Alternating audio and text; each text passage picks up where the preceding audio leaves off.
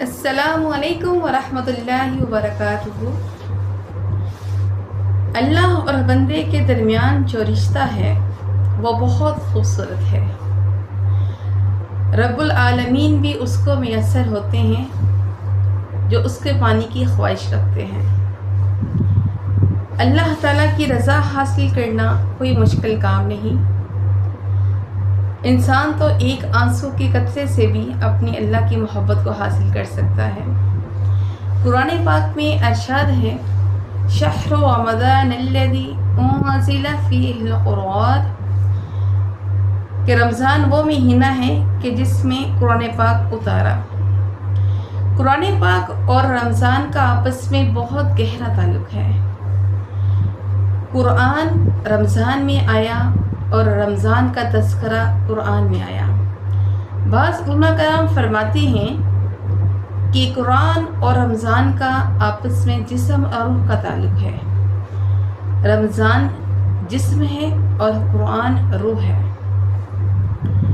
نبی پاک صلی اللہ علیہ وآلہ وسلم صحابہ کرام کے درمیان تشریف فرما تھے، تو نبی پاک صلی اللہ علیہ وآلہ وسلم نے فرمایا، اے میرے پیارے صحابہ، آپ ممبر کے قریب ہو جائیں۔ تو صحابہ کرام ممبر کے قریب ہو گئے۔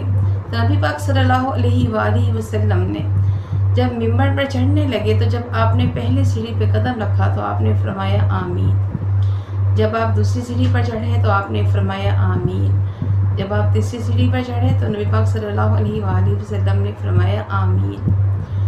جب نبی پاک صلی اللہ علیہ وآلہ وسلم خطبے سے فارغ ہوئے تو صحابہ کرام نے عرض کی کہ یا رسول اللہ صلی اللہ علیہ وآلہ وسلم، اس سے پہلے آپ کو کبھی ایسے نہیں سنا جیسے آج آپ نے آمین 3 دفعہ فرمایا ہے۔ یا رسول اللہ صلی اللہ علیہ وآلہ وسلم، اس کے پیچھے کیا حکمت ہے؟ تو نبی پاک صلی اللہ علیہ وآلہ وسلم نے فرمایا کہ جب میرے ممبر پہ پہلا قدم رکھا تو میرے پاس جبرائیل علیہ السلام آئے۔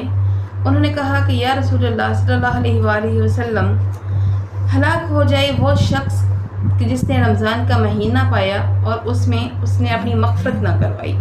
تو نبی پاک صلی اللہ علیہ وآلہ وسلم نے فرمایا آمین۔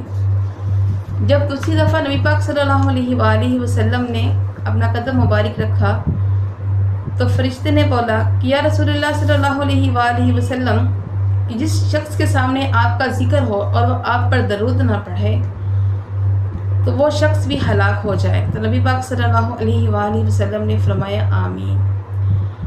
تیسری مرتبہ جب نبی پاک صلی اللہ علیہ وآلہ وسلم نے قدم رکھا تو فرشتے نے فرمایا کہ ہلاک ہو جائے وہ شخص کہ جس نے بڑھاپے میں اپنے ماں باپ کو پایا اور ان کی خدمت نہ کی اور جنت میں داخل نہ ہوا۔ تو نبی پاک صلی اللہ علیہ وآلہ وسلم نے فرمایا آمین۔ میں اس ویڈیو کو ختم کروں گی کہ اللہ تعالیٰ ہمیں نبی پاک صلی اللہ علیہ وآلہ وسلم کی بتائی ہوئی ہر بات پہ عمل کرنے کی توفیق دے، اور اللہ تعالیٰ اپنی خاص رحمت میں ہمیں جگہ دے، اور اللہ تعالیٰ ہماری مغفرت کرے۔ آمین ثم آمین۔ السلام علیکم ورحمۃ اللہ وبرکاتہ۔